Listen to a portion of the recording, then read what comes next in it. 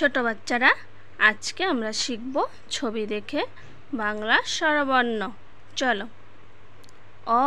অয়ে অজগর, অজগর আসছে তেরে।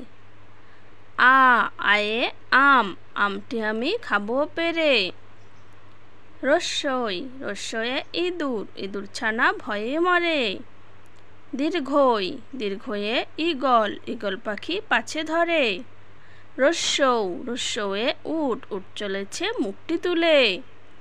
দীর্ঘৌ, দীর্ঘয়ে উষা, উষা হাসে রাতের শেষে।